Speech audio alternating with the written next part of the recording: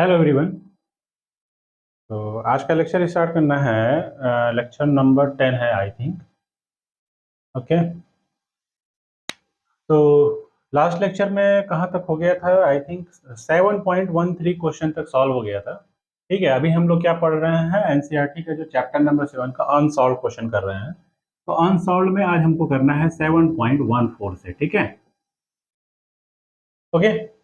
तो देखते हैं। अब देखिए 7.13 तक हो गया है इसके प्रीवियस लेक्चर में, ठीक है ना। अप टू 9 लेक्चर तक हो गया है। चलिए, तो 7.14 मैं रीड कर रहा हूँ क्वेश्चन, उसके बाद से मैं इसको बताता हूँ, ठीक है ना। चलिए देखिए, इसमें कह रहा है कि obtain the answer A and be in exercise 7.13, यानी कि जो 7.14 क्वेश्चन है वो रिलेटेड कर रहा है किससे? 7.13 से। If the circuit is connected to high frequency, यानी कि इस क्वेश्चन में जो 7.14 है और 7.13 में केवल एक डिफरेंस क्रिएट कर रहा है, हाई फ्रीक्वेंसी यहाँ पे कर दे रहा है। यानी कि जो प्रीवियस क्वेश्चन था उसमें जो भी सर्किट थी वैल्यू सेम है, बस उसमें क्या कर रहा है कि उसमें जो भी फ्रीक्वेंसी थी 50 हर्ट्ज इसके प्रीवियस क्वेश्चन में, उसमें क्या कर रहा है 7.14 में हाई फ्रीक्वेंसी वैल्यू ले रहा है। हाई फ्रीक्वेंसी मतलब फ्रीक्वेंसी को बढ़ा दिया है, 10 किलो हर्ट्ज कह रहा है, ठीक है।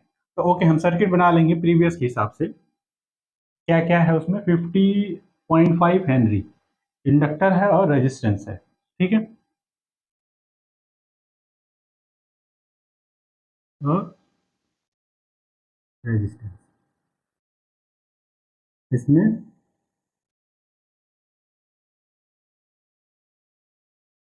ठीक है। चलिए, तो इंडक्टर कितना है? 0.5 हेनरी। और रेजिस्टेंस दिया हुआ है प्रीवियस वन में 100 ओम, ठीक है। और जो वोल्टेज दिया हुआ है वो 240 दिया हुआ है, और फ्रीक्वेंसी दिया हुआ था 50, जो कि 7.14 क्वेश्चन में कह रहा है 10 किलो हर्ट्स। यानी कि जो भी अब हमको सॉल्व करना है क्वेश्चन में वो 10 किलो हर्ट्स पे करना है। तो क्वेश्चन में यही कह रहा है कि केवल ये जो 7.13 था उसमें ए और बी पार्ट था, उसको सेम एक्सरसाइज आपको रिपीट करना है विथ हाई फ्रीक्वेंसी पे। उसके बाद से कह रहा है कि hence explain the statement that way at very high frequency the inductor is in circuit nearly amount to be open circuit. यानी कि जब हम इस क्वेश्चन में क्या कर रहे हैं, high frequency value put up कर रहे हैं, तो जो यहाँ इंडक्टर है वो किस तरह से बिहेव कर रहा है एज अ ओपन सर्किट, ये आपको शो करना है। और आगे कह रहा है कि how does an inductor behave in the DC circuit after the steady state. ठीक है, तो स्टेडी स्टेट में कैसा बिहेव करेगा, तो वो सारी बातें देखेंगे। ठीक है, तो सबसे पहले ए और बी जो एक्सरसाइज है इन 7.13 on the high frequency for 7.14 हमको वो सॉल्व कर लेना है, ठीक है। तो क्वेश्चन में पूछा है 7.13 में ए पार्ट पूछा है maximum current in the coil, ठीक है ना। पहला पार्ट है maximum current in the coil question. तो आई एम बराबर क्या हो जाएगा? वी एम अपॉन में जेड, ठीक है। तो सिंपल तरीके से सर वी एम क्या होगा? √2 times V R M S. जो दिया हुआ वैल्यू होता है वो क्या होता है? आरएमएस वैल्यू होती है, ठीक है। जनरली जब तक बोला ना जाए कि आपको क्वेश्चन में मैक्सिमम वैल्यू दिया हुआ है। और जेड क्या हो जाएगा? ठीक है, जेड जो होता है वो होता है सीरीज एलसीआर के लिए, यहाँ पे केवल एक्सएल है, तो XL square plus R square. Okay, तो देखिए एक्सएल को क्या लिख सकते हैं? Omega L. और ये आर स्क्वायर, ओमेगा को क्या लिख सकते हैं? 2 पाई एफ।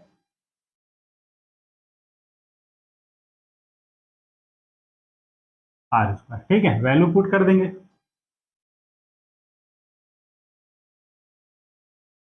एफ की वैल्यू 10 किलो हर्ट्ज है, 10 × 10⁻³ और एल की वैल्यू 0.5, ठीक है, प्लस 100 का। ये वैल्यू आ गई आपकी जेड की, यहाँ पुटअप कर देंगे।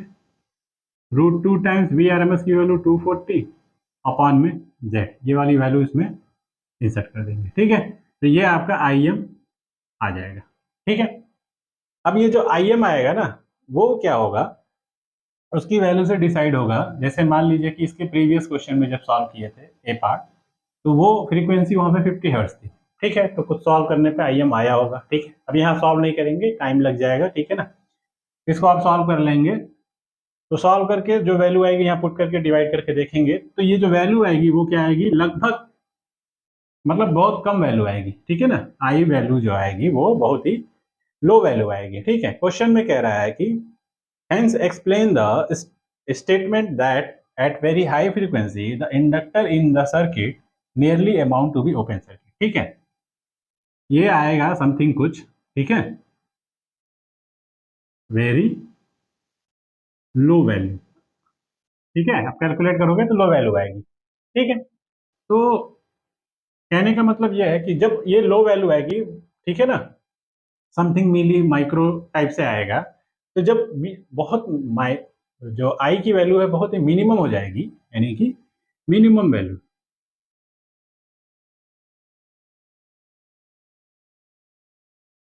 Minimum value flow across this circuit. ठीक है ना, यानी कि बहुत ही ना के बराबर, ऐसे समझो निग्लिजिबल।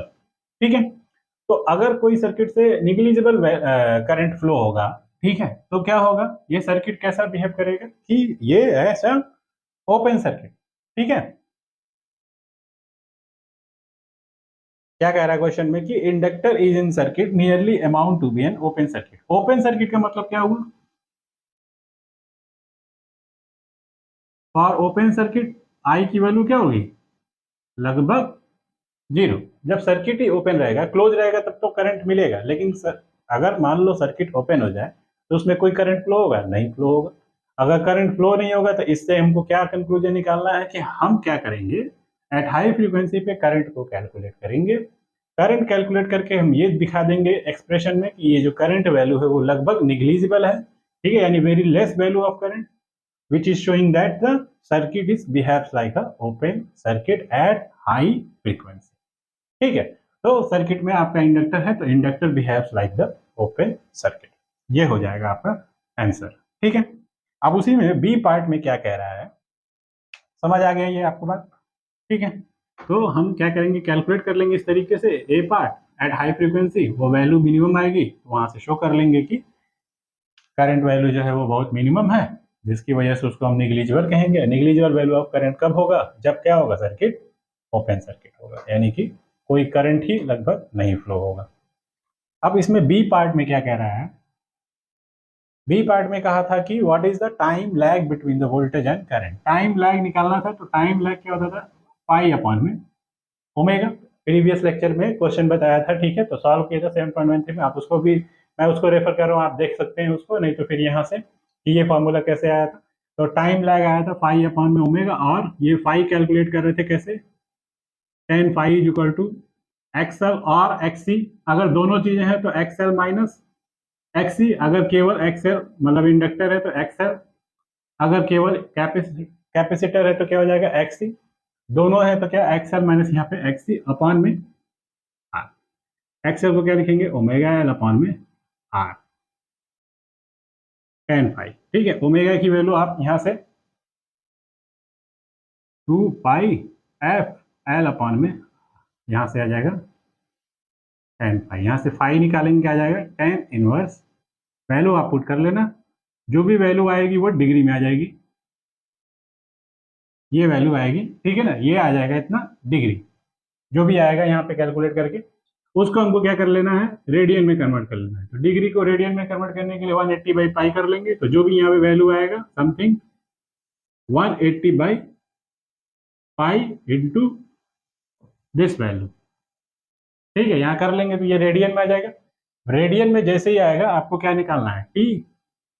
तो आप पाई अपॉन में ये ओमेगा यहाँ पे आप पुट कर दोगे 2 पाई एफ, ये वैल्यू आप कैलकुलेट कर लोगे, ये वाला पाई यहाँ पे आप इंट्रोड्यूस कर दोगे। ठीक है, तो फाई की वैल्यू आपका कैलकुलेट हो जाएगा। क्वेश्चन में ये पूछा था बी पार्ट में, एट हाई पे कुछ नहीं करना है, 7.13 अगर आपने देखा है सेम तरीके से करना, बस फ्रीक्वेंसी की वैल्यू, ठीक है ना, ये वैल्यू लेनी है। तो ये हो गया, तो 7.14 को फॉलो करना है जो 7.13 बट हाई फ्रीक्वेंसी पे, और हाई फ्रीक्वेंसी पे कैलकुलेट करने पे करंट की वैल्यू बहुत मिनिमम आएगी, तो वहां से आपको बोल देना है कि inductor behave like a open circuit because of low value of current flow through this.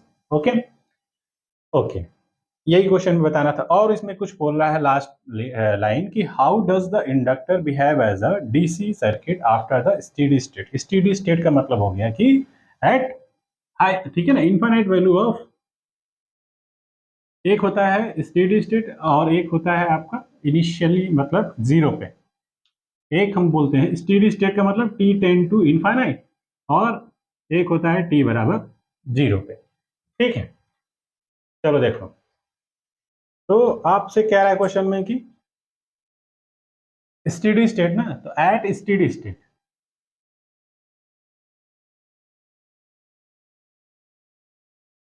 Steady state में क्या हो जाएगा, अगर टी टेन टू इनफाइनाइट बोल दें तो फ्रीक्वेंसी क्या हो जाएगी, वन अपॉन में टी, ऐसे समझो frequency just one upon infinite, मतलब ये जीरो आ गया।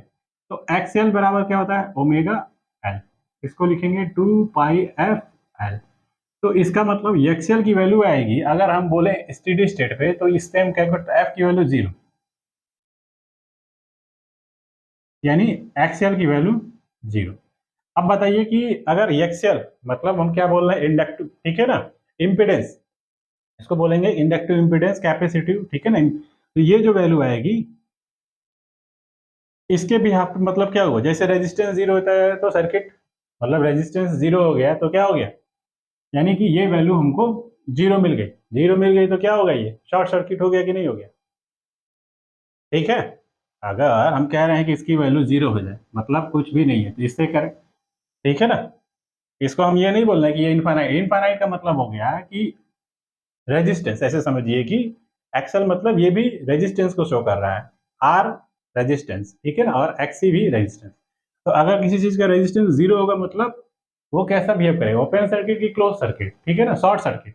तो देखो जीरो मतलब शॉर्ट सर्किट, मतलब अगर रेजिस्टेंस है तो मतलब करंट उससे पास करेगा तो कुछ क्या करेगा, उसको रोकेगा फ्लो होने से। लेकिन अगर रेजिस्ट मतलब उसकी वैल्यू ही अगर जीरो हो जाए तो क्या होगा, वो सिंपल शॉर्ट सर्किट, यानी कि ये एक ऐसा पाथ हो गया जहां से क्या होगा, करंट डायरेक्टली पास कर जाएगा। दो पाथ हैं, अगर एक पाथ ये है और एक पाथ ये है जिसमें रेजिस्टेंस है, तो करंट हमेशा किससे पास करेगा, जिसका रेजिस्टेंस हमेशा लो होगा। ठीक है, तो ये क्या हो जाएगा, शॉर्ट सर्किट बिहेव करेगा। तो कैसे क्या पता चलेगा, स्टेडी स्टेट मतलब दिमाग में रख लीजिए टी टेन टू इन्फिनिटी, मतलब एफ निकालेंगे तो वन अपॉन में टी कर लेंगे, इसको इनफाइनाइट एफ बराबर जीरो हो गया, यहाँ से हम एक्स एक्स कैलकुलेट कर लेंगे।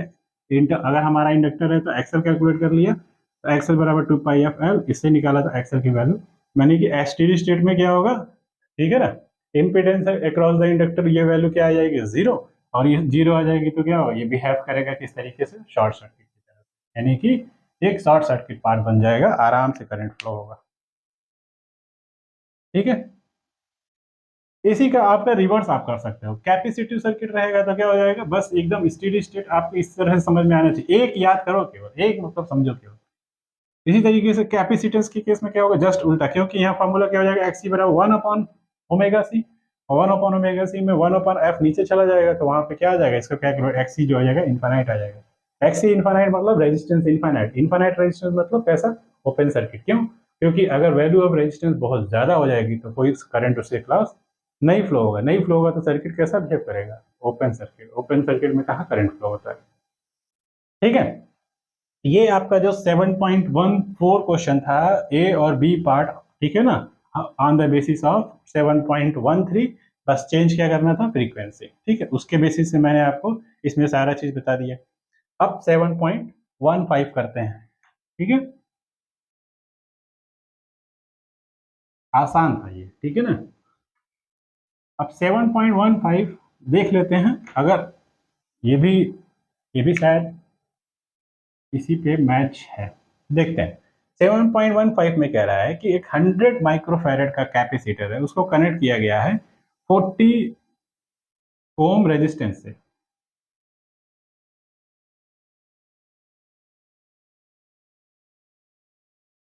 मैं फाइनल वैल्यू कैलकुलेट नहीं कर रहा हूँ, आप कैलकुलेट कर लीजिएगा, ठीक है। ये एंगल वगैरह जो कैलकुलेट करना है वो तो आपको अगर एग्जाम में दिया रहेगा तो इतने इनवर्स की वैल्यू, ठीक है ना, कितनी आ रही है कैलकुलेट करने पे, उसकी वैल्यू वो दी रहेगी, नहीं तो फिर ऐसे तो वो कैलकुलेट करके नहीं निकल पाएगा। या तो फिर जो है कैलकुलेटर अलाउ हो, तो कैलकुलेटर अगर नहीं अलाउ होता है तो वैल्यू हमेशा ऐसी दी जाती है कि आसानी से सॉल्व हो जाए। यहाँ तो हम बता रहे हैं, आपको टीच कर रहे हैं कि कैसे करता है, तो वो चीज़ जो है उसमें करेंगे, अगर हम सॉल्व करेंगे तो उसमें टाइम लगेगा, ठीक है, या तो फिर हम भी मोबाइल उठाएं और उसको कैलकुलेट करें, ठीक है।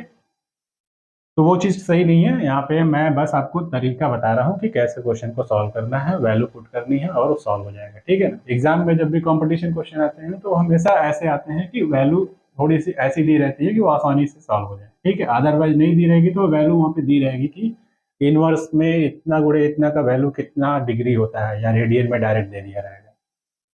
तो यहाँ देखिए क्वेश्चन में 7.15 में 100 microfarad capacitor is series with 40 ohm resistance, 40 ohm resistance. आगे कुछ कह रहा है इसमें, is connected to 110 volt 60 hertz.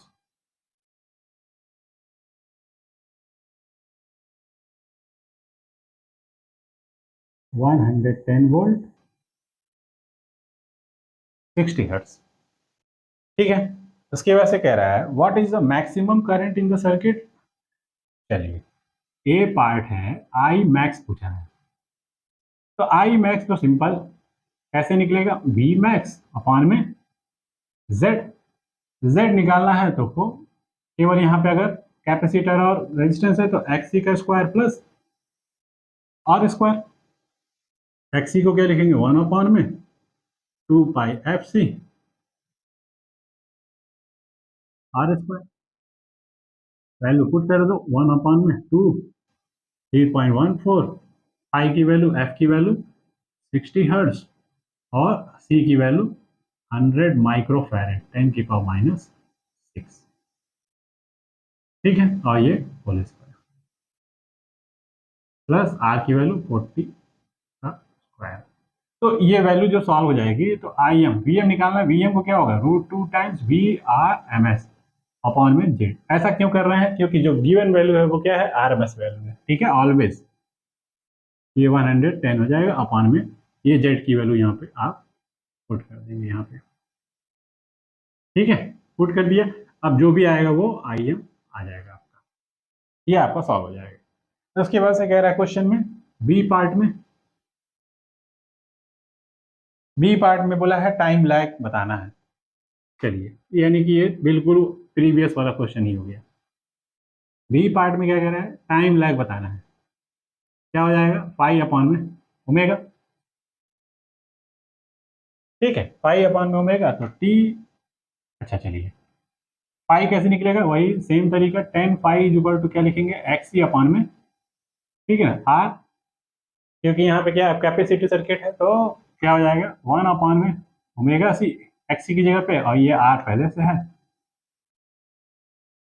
10 pi. Pi is equal to निकालेंगे टेन इनवर्स, वैल्यू आप पुट कर लेना 2 पाई ओमेगा की जगह एफ सी इंटू आर, ये पुट कर देंगे। अब ये आएगा डिग्री में, अब इसको हमको क्या करना है, रेडियन में, वही तो क्या लिखेंगे 180 अपॉन में पाई इंटू ये वैल्यू, ठीक है, यहाँ पुट कर देंगे। अब ये जो सॉल्व करेंगे ये वैल्यू पुटअप करके, यही वैल्यू मैं कह रहा था, ठीक है ना। ये सॉल्व करने से भी अगर हम सॉल्व भी करें तो ये हम लिख नहीं सकते कितने डिग्री के बराबर होगा, ठीक है।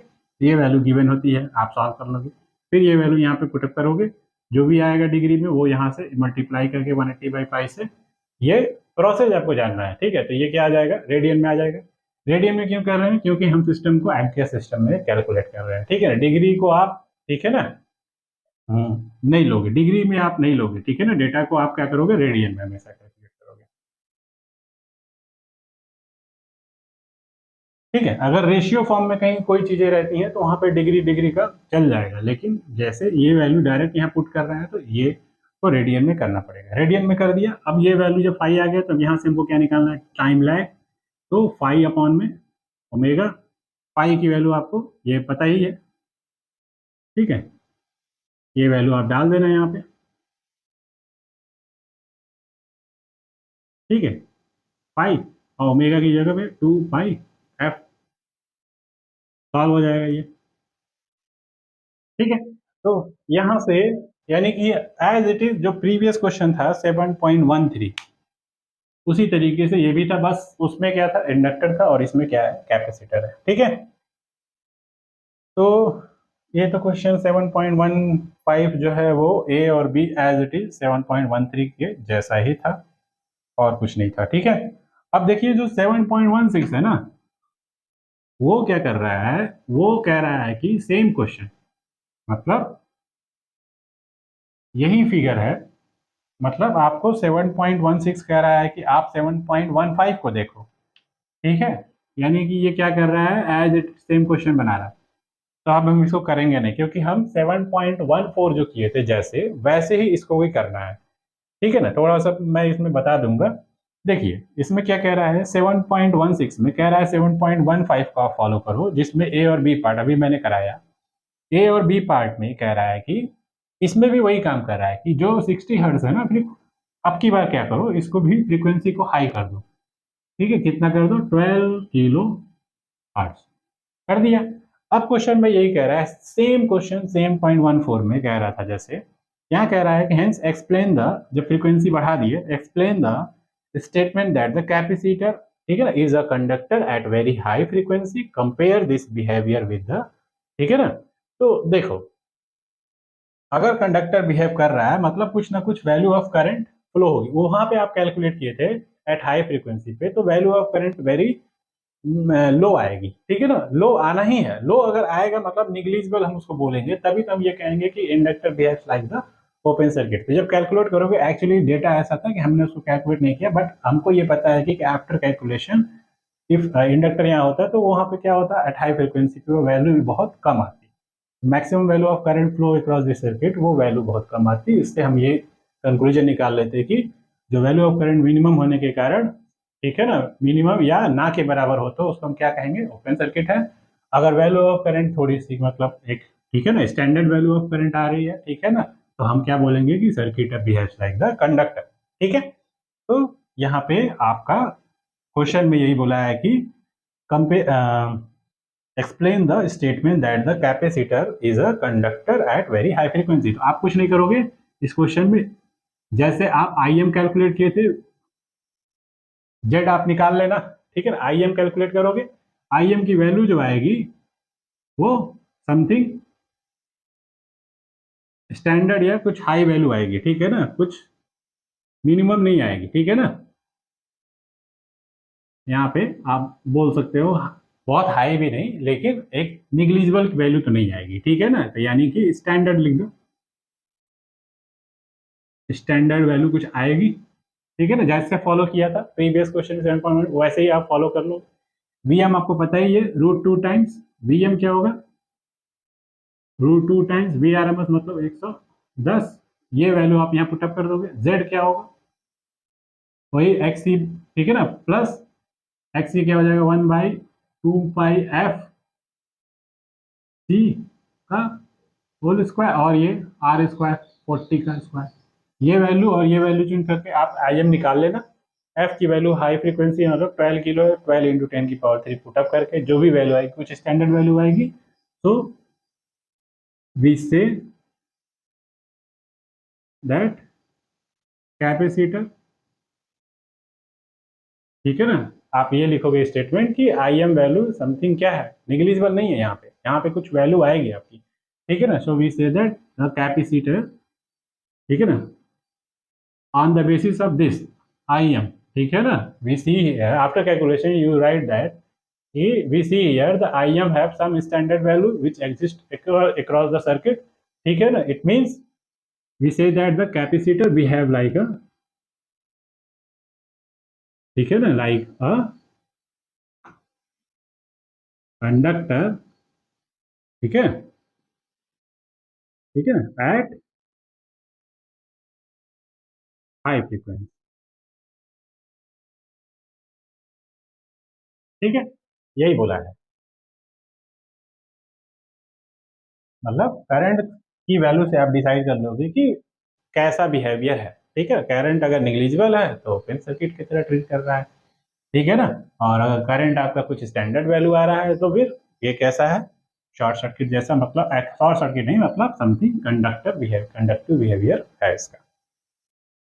अब इसमें क्या कह रहा है कि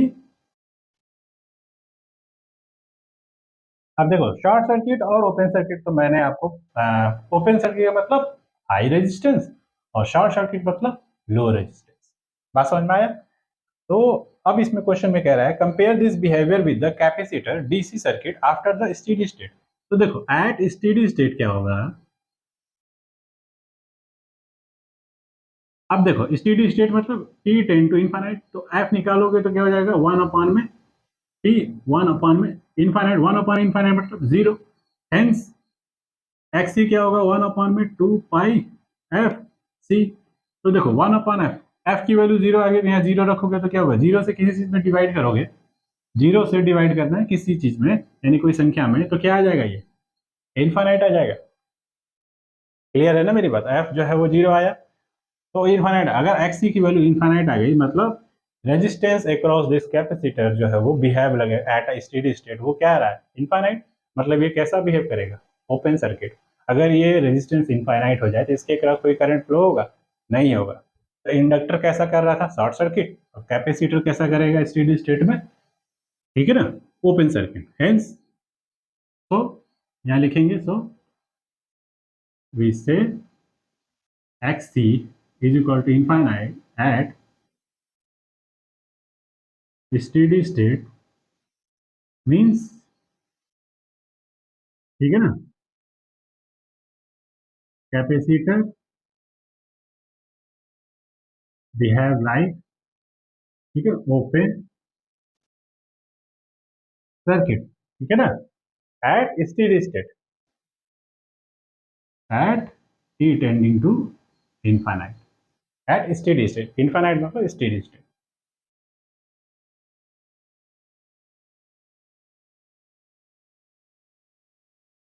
ये सब क्वेश्चन बहुत ही ठीक है ना, स्टेटमेंट टाइप का क्वेश्चन पूछ देता है, ठीक है ना, कि कैपेसिटर नेचर या इंडक्टर का नेचर, ठीक है ना, एट स्टेडी स्टेट या एट, ठीक है ना, इनिशियल वैल्यू ऑफ, ठीक है ना, टी इक्वल टू जीरो पे कैसा बिहेव करेगा ये।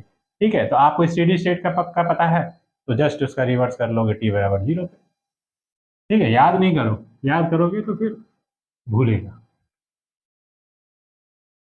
मतलब फिर फिफ्टी फिफ्टी का चांस होगा, या तो सही करोगे या तो। 7.15 किसकी तरह था, सॉरी 7.16 भी हो गया, 7.16 भी हो गया, अब 7.17, 7.16 जैसे 7.14, और 7.15 किसकी तरह था, 7.13 की तरह, ठीक है।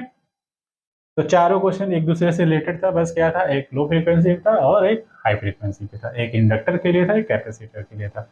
अब हमको कौन सा क्वेश्चन करना है, 7.17, ठीक है ना।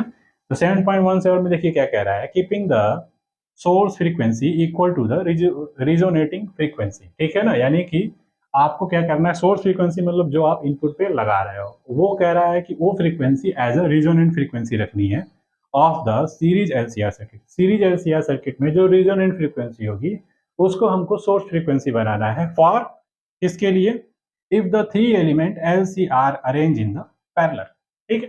यानी कि एक केस आपको लेना है सीरीज एलसीआर सर्किट और एक आपको पैरेलल लेना है। तो जो सीरीज केस में हमारा रेजोनेंट फ्रीक्वेंसी होगा वही हमको सोर्स फ्रीक्वेंसी की तरह ट्रीट कराना है फॉर पैरेलल एलसीआर सर्किट के लिए, ठीक है। ऐसा ये बोल रहा है, show that the total circuit, ठीक है ना, total current in the parallel LCR circuit is minimum at this frequency, obtain the current RMS value in each branch of circuit, ठीक है ना, फॉर द एलिमेंट, इस तरीके से क्वेश्चन में। तो देखो पैरेलल एलसीआर होगा तो क्या होगा,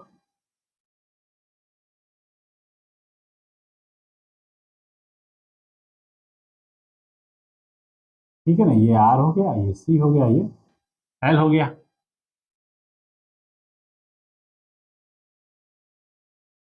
ये आपका बी हो गया, ठीक है। और जो सीरीज होगा उसमें, तो सीरीज एलसीआर सर्किट में जो ठीक है ना, एट रेजोनेंस क्या होता है, एट रेजोनेंस एक्सएल जो होता है वो एक्ससी के बराबर होता है, यानी कि ओमेगा एल जो होता है 1/ओमेगा सी के बराबर होता है। तो फ्रीक्वेंसी क्या आती है एट रेजोनेंस पे, 1 अपॉन में 2 पाई अंडर रूट में एल सी, यही आता है। यही सोर्स फ्रीक्वेंसी रखना है यहाँ पे,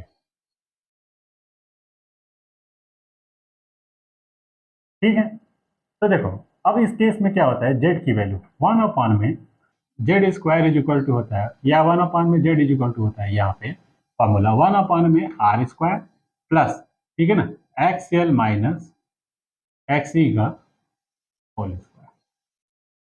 ठीक है, या यहाँ पे ऐसे लिख सकते हो x E minus x L का होल स्क्वायर। ठीक है, तो यही फॉर्मूला आता है। ठीक है, किस केस में, जब पैरेलल एलसीआर सर्किट होता है तो नेट इंपीडेंस जो होता है वो इतना आता है। अब हम कह रहे हैं कि यहाँ पे क्वेश्चन में बोला है कि सोर्स फ्रीक्वेंसी आपका वही है जो सीरीज एलसीआर सर्किट के लिए जो आता था, एट रेजोनेंस पे फ्रीक्वेंसी आता, तो वही फ्रीक्वेंसी आपका पैरेलल एलसीआर सर्किट में लेना है। तो क्वेश्चन में क्या बोला है कि show that the total current in the parallel LCR circuit is minimum. तो करंट का फॉर्मूला क्या होगा, करंट बराबर क्या हो जाएगा, आई बराबर, ठीक है ना, v अपॉन में z। ठीक है, तो v यहाँ पे लिखो, वी एम ये सब लिखने के होते हैं v। अब v, और ये देखो ये क्या है, इंटू 1 को डायरेक्ट हम यहाँ पे v, और क्या लिखेंगे, z की जगह पे 1 में R square plus X L minus X का फॉर्मूले से। तो अब यहाँ से देखो, फॉर आई मिनिमम, अगर आई मिनिमम होगा तो इस वैल्यू में ये वैल्यू क्या होगी, ये जो होल स्क्वायर, ये भी मिनिमम हो जाए। ठीक है, तो ये मिनिमम कब होगा, जब ये वैल्यू जीरो होगी। निगेटिव या पॉजिटिव के केस में ये वैल्यू क्या देगा, कुछ हाई वैल्यू देगा, क्योंकि निगेटिव का स्क्वायर पॉजिटिव आता है, पॉजिटिव का स्क्वायर पॉजिटिव आता है, तो यहाँ पे इसको जीरो होना पड़ेगा। तो फॉर, यहाँ लिखेंगे आई मिनिमम, ठीक है ना, फॉर आई मिनिमम क्या होना पड़ेगा, एक्सएल को एक्सई के बराबर होना पड़ेगा। और आपसे क्वेश्चन में यही कह रहा है कि for parallel LCR circuit, if source frequency is equal to the resonant frequency of LCR circuit, in that case current, ठीक है ना, minimum value of current in parallel LCR circuit is, ये कब पॉसिबल है, आपसे बोला है क्वेश्चन में कि obtain the, sorry, show the total current in the, total current का फॉर्मूला हम यहाँ से लिख दिया। अब टोटल करंट इन द, ठीक है ना, parallel LCR circuit is minimum at this frequency. तो आई मिनिमम कब मिल रहा है, जब ये वैल्यू जीरो हो जाएगी, और ये वैल्यू जीरो होने का मतलब एक्स एल एक्सी के बराबर होगा। अगर ये एक्स एल एक्सी के बराबर होगा तो क्या हो जाएगा, फिर वही ओमेगा एल बराबर 1/ओमेगा सी। और ये कौन सा कंडीशन है, रिजोनेंस पे, और रिजोनेंस होगा तो फिर एफ आर कितना आ जाएगा, 1/2 pi under root L C. तो ये बात प्रूफ हो रही है कि एट रिजोनेंट, अगर फ्रीक्वेंसी, सोर्स फ्रीक्वेंसी कितनी है, रिजोनेंट फ्रीक्वेंसी के बराबर, यानी इस फ्रीक्वेंसी के बराबर, उस केस में आपका पैरेलल एलसीआर सर्किट में जो करंट फ्लो होगा वो वैल्यू क्या होगा, मिनिमम होगा। यानी कि इस फ्रीक्वेंसी पे पैरेलल एलसीआर सर्किट में वैल्यू ऑफ करंट जो फ्लो होगा वो क्या होगा, मिनिमम। बात समझ में आ रहा है ना, करेक्ट है। लेकिन यही फ्रीक्वेंसी जो होती है जब आपका सीरीज एलसीआर सर्किट होता है, तो उस केस में करंट क्या होता है, मैक्सिमम आता है। बात समझ में आया। तो ये आपका, ये आपको याद रखना है इस तरीके से, और ये वहाँ से कैलकुलेशन, ये एक्सप्रेशन बना के आप यहाँ से देख सकते हो इस एक्सप्रेशन से कि ये वैल्यू मिनिमम कब होगी, जब ये वैल्यू क्या होगी, जीरो हो जाएगी। ये वैल्यू जीरो मतलब एक्सएल एक्सी के बराबर, एक्सएल एक्सी के बराबर होता है मतलब रेजोनेंट हो गया। अब obtain the current RMS value in each branch. तो करंट आरएमएस वैल्यू, तो वी आरएमएस निकालना है, मान लो किसके अक्रॉस, अक्रॉस इंडक्टर के। ठीक है, तो क्या लिखेंगे, आई आर, ठीक है ना, I value I R M S into XL. ठीक है, तो आई आप यहाँ पे लिख ही रहे हो, ठीक है ना, आई जो आप यहाँ निकाल रहे हो वो यहाँ पे आप कैलकुलेट, ये वैल्यू आप यहाँ पे पुट कर दोगे, ये वैल्यू। ठीक है, ये आपका आई आर एम एस है। ठीक है, मिनिमम निकालने के लिए हम इसको इसके इक्वल करेंगे, बट सर्किट में जो करंट फ्लो होता है, एक्चुअल जो actual value of current flow across the circuit, वो क्या होता है, आरएमएस वैल्यू होता है। तो आपको ये पूछा है क्वेश्चन में कि obtain the current RMS value in each branch of circuit for the element, तो V RMS across the inductor निकालना है, तो यही हो जाएगा। ठीक है, और कैपेसिटर के अक्रॉस निकालना है, तो यहाँ पे क्या लिख देंगे, सेम वही आई आर एम एस, ठीक है, इंटू एक्स, ठीक है ना।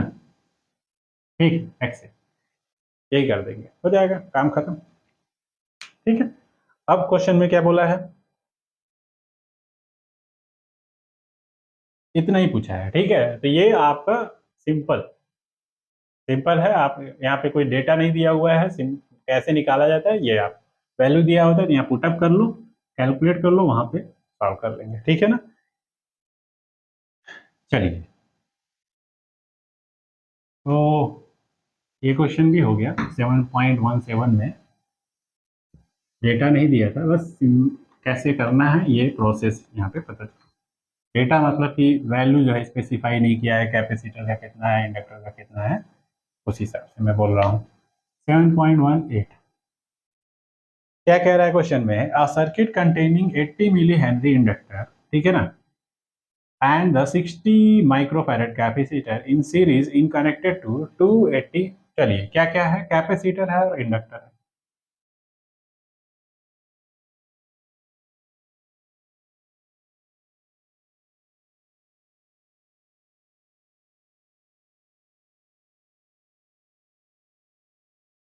80 मिली हेनरी और कैपेसिटर कितने का है, 60 माइक्रोफैरेड। आपके पास बुक हो तो आप देख सकते हैं ओपन करके, ठीक है ना, एनसीईआरटी का एक्सरसाइज 7। ठीक है, उसके बाद से क्या दिया हुआ है क्वेश्चन में, 230 वोल्ट 50 हर्ट्ज से, ये आपका, ठीक है, इनपुट हो गया। The resistance of the circuit is negligible, R value जो है वो लगभग निग्लिजिबल है, जीरो के बराबर है इस क्वेश्चन में। ठीक है, चलिए, अब कह रहा है फर्स्ट क्वेश्चन इसमें, ए पार्ट कह रहा है कि obtain the current amplitude and RMS value, current amplitude निकालना है और आरएमएस वैल्यू निकालना है। तो देखो, आई निकालना है,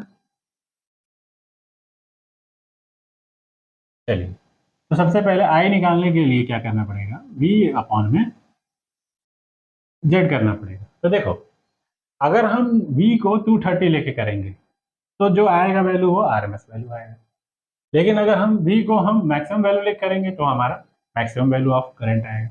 क्वेश्चन में बोला ऑब्टेन द करंट एम्पलीट्यूड, यानी कि, ठीक है ना, मैक्सिमम वैल्यू ऑफ करंट कितना होगा और आरएमएस वैल्यू दोनों निकालना है। तो मैक्सिमम वैल्यू अगर निकालना है तो आई एम बराबर हमको क्या लिखना पड़ेगा यहाँ पे, वी एम अपॉन में जेड। वी एम होगा √2 times V R M S upon में जेड, और जो गिवन वैल्यू होता है वो आर एम एस वैल्यू, तो √2 टाइम्स 230 अपॉन में जेड की वैल्यू, जेड हो जाएगा एक्सएल माइनस एक्सी का whole square plus R square, यही होता है फॉर्मूला, लिख लो चुपचाप। अब आर नहीं है तो खत्म, यही क्या बचेगा, एक्सएल माइनस एक्सी का होल स्क्वायर से ये बाहर आया तो क्या हो गया, एक्सएल माइनस एक्सी, एक्सएल की वैल्यू 1 बाई, और ये हो गया ओमेगा, या ये हो गया 1 बाई ओमेगा से। अब इसको सॉल्व कर लो, ठीक है, सॉल्व करोगे तो 2 पाई एफ की जगह पे 50, एल की जगह पे 80 इंटू 10⁻³ 1, और ये हो गया 1 अपॉन में 2 पाई 50, और सी की जगह पे 60 इंटू 10⁻⁻6। मैंने वैल्यू पुटअप कर दिया, अब इसको सॉल्व कर लें। सॉल्व करने के बाद जो वैल्यू आएगी वो यहाँ पे लग देंगे। ठीक है, तो ये आपका आ जाएगा आई। अब हमको आई आर एम एस निकालना है, तो आई आर एम एस क्या हो जाएगा, आई एम अपॉन में √2, ये आई आर एम एस आ गया। जब आई आर एम एस आ गया, आई एम आ गया, वी आपको पता ही है, वी के हिसाब से वी आर एम एस आपको मिल ही जाएगा यहाँ पे, ये वी आर एम एस है, वी आर एम एस के हिसाब से वी एम आपको मिल ही जाएगा। तो V V R M S क्या हो जाएगा, वी आर एम एस होगा वी एम अपॉन में √2। ठीक है, वी आर एम एस तो सॉरी यही है, वी एम क्या होगा, वी एम जो हो जाएगा √2 टाइम्स, वी एम हो जाएगा √2 times V R M S. तो आई आर एम एस आ गया, वी आर एम एस आपको दिया ही हुआ है, आई एम आ गया और आई आर एम एस आ गया।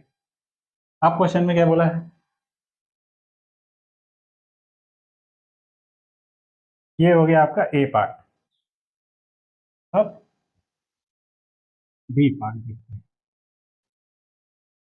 बी में क्या बोला है,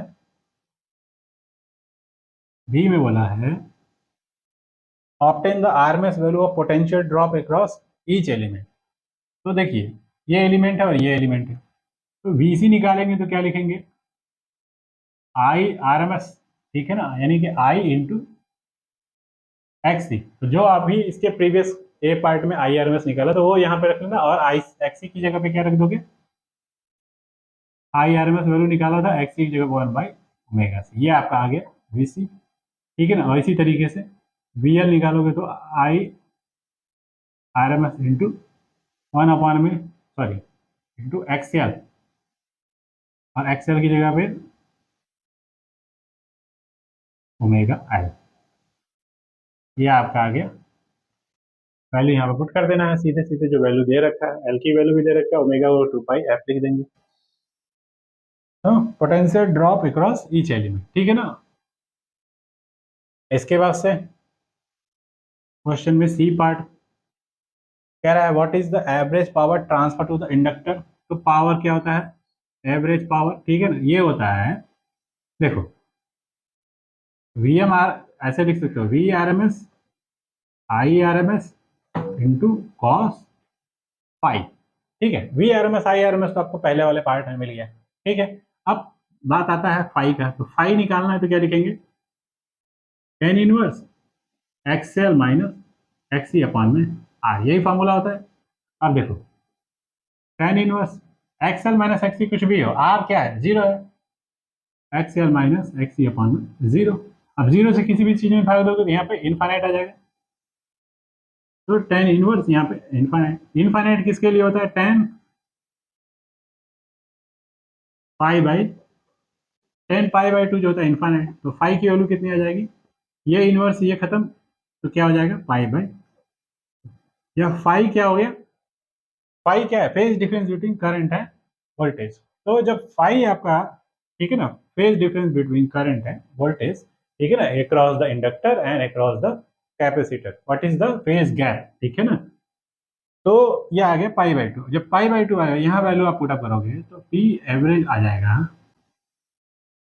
आई R M S V R M S cos pi by two, cos pi by two की वैल्यू क्या होती है, ये जीरो, तो ये आ जाएगा पी एवरेज जीरो, ठीक है। तो आपका सी पार्ट में ये हो गया, ठीक है। तो आइदर इंडक्टर हो या कैपेसिटर हो, बोथ केसेस में क्या हो। अब सी में डी पार्ट बोला है, जो डी पार्ट है,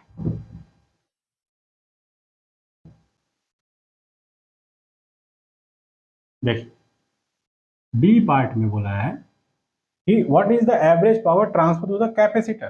तो जो सी पार्ट था ट्रांसफर टू द इंडक्टर या कैपेसिटर, तो देखो आप कभी भी देखते हो कि जो रेफरेंस वोल्टेज होता है, जो वोल्टेज होता है, ठीक है, वो फॉर द इंडक्टिव सर्किट या कैपेसिटिव सर्किट का जो वोल्टेज और करंट का फेज गैप होता है वो ऑलवेज हमेशा पाई बाई टू आता है, ठीक है ना। या तो करंट लैग करेगा, ठीक है ना, with the difference of voltage, या लेट करेगा, ठीक है।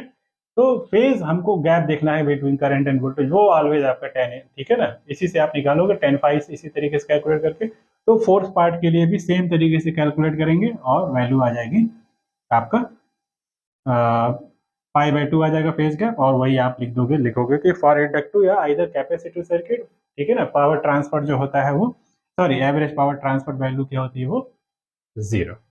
अब जो होता है क्वेश्चन में ई पार्ट जो है वो डी में क्या आ जाएगा, डी में भी आपका पी एवरेज, ठीक है, वो हो जाएगा जीरो।